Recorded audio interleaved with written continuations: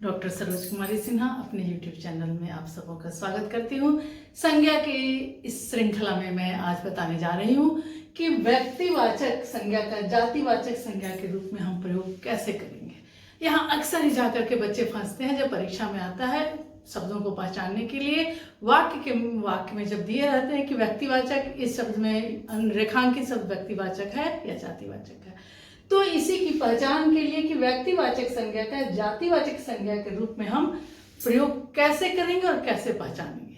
तो आप सभी जानते हैं, इसके पहले वाला जो वीडियो था उसमें आपने देखा संज्ञा दो शब्दों के मेल से बना है। सम जुड़ गया यानी सम्यक ज्ञान जो देगा वह संज्ञा होगी।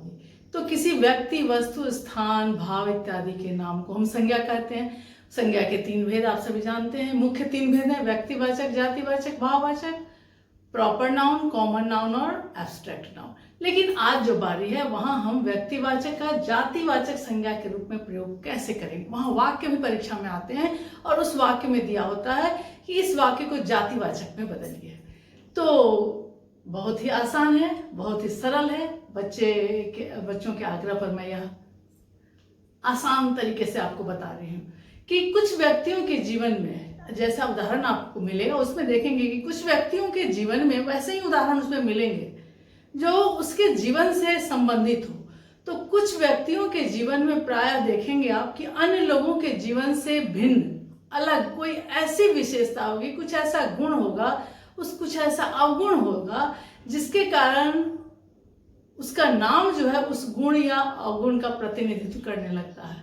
तो ऐसी स्थिति में वह नाम व्यक्ति विशेष का नाम न होकर वह जातिवाचक संज्ञा शब्द बन जाता है। उदाहरण से आप स्पष्ट करेंगे। यहाँ मैंने लिखा है कि जब कोई व्यक्तिवाचक संज्ञा, ध्यान देना है, जब कोई व्यक्तिवाचक संज्ञा किसी विशेष व्यक्ति का बोध न कराकर उसके जैसे गुण, दोष वाले अन्य व्यक्तियों का बोध कराने लगती है तो वह व्यक्तिवाचक संज्ञा न रहकर जातिवाचक संज्ञा बन जाती है। मैंने जो अभी कहा यहाँ मैंने लिख दिया है। अब देखिए उदाहरण में, जैसे एकलव्य का उदाहरण मैं देती हूँ। एकलव्य, जैसे एकलव्य, तो एकलव्य क्यों प्रसिद्ध है?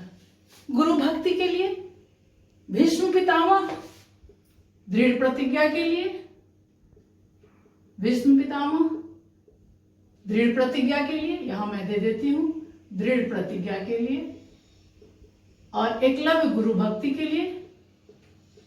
तो इनका गुण अवगुण, ये मान लीजिए और भी उदाहरण देती हूं मैं। सत्य हरिश्चंद्र, जयचंद्र।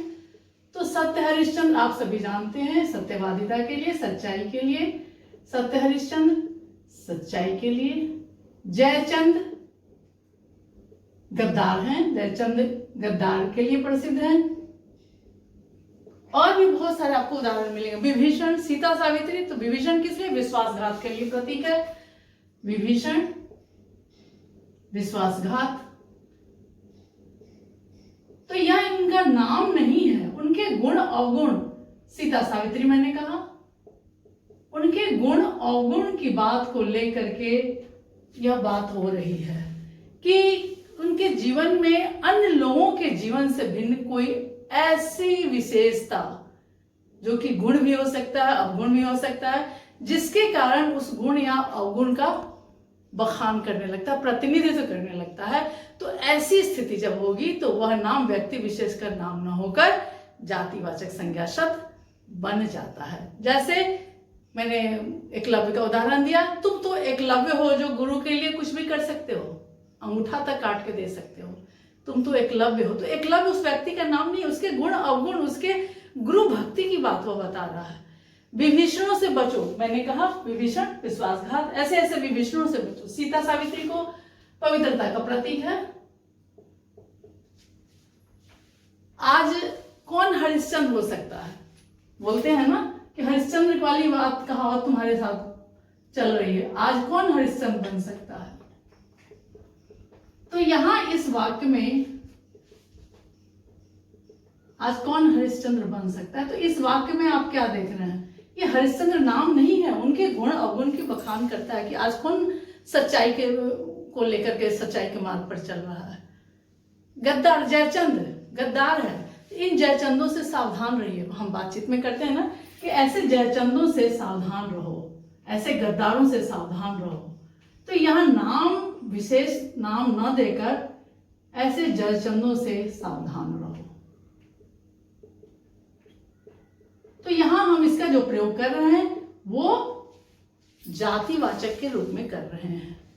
तो इस वाक्य में जयचंद, और आप देख रहे हैं गुरु भक्ति की बात, मैंने जो उदाहरण दिया आपको कि तुम तो एकलव्य हो जो गुरु की भांति गुरु के लिए कुछ भी कर सकते हो, तुम तो एकलव्य हो। तो यहाँ ये सारे नाम जो है, ये सत्य हरिश्चंद्र, विष्णु पितामह, एकलव्य, जयचंद, विभीषण, ये सारे नाम व्यक्तिवाचक न होकर ये किसी खास व्यक्ति की बात नहीं बता रहा है या जाति की बात कर रहा है। जयचंद ये देशद्रोहियों की बात कर रहा है। तो इस तरह से आप देखेंगे, और भी उदाहरण ले सकते हैं कि भारत तो सीता सावित्री का देश है, ये भी उदाहरण हम दे सकते हैं। तीसरा, भारत तो सीता सावित्री का देश है। तो यहां आपको स्पष्ट हो गया, यह नाम नहीं है, यह जाति की बात कर रहा है, समस्त स्त्रियों की बात कर रहा है। तो यहां यह व्यक्तिवाचक ना होकर यह नाम जो है, ये नाम ये सारे आकर के, ये जो है ये सारे आकर के जातिवाचक की बात कर रहे हैं, ये सारे नाम। ठीक है, तो ये जातिवाचक, व्यक्तिवाचक ना होकर यहां जातिवाचक हो गया। स्पष्ट है? Thank you.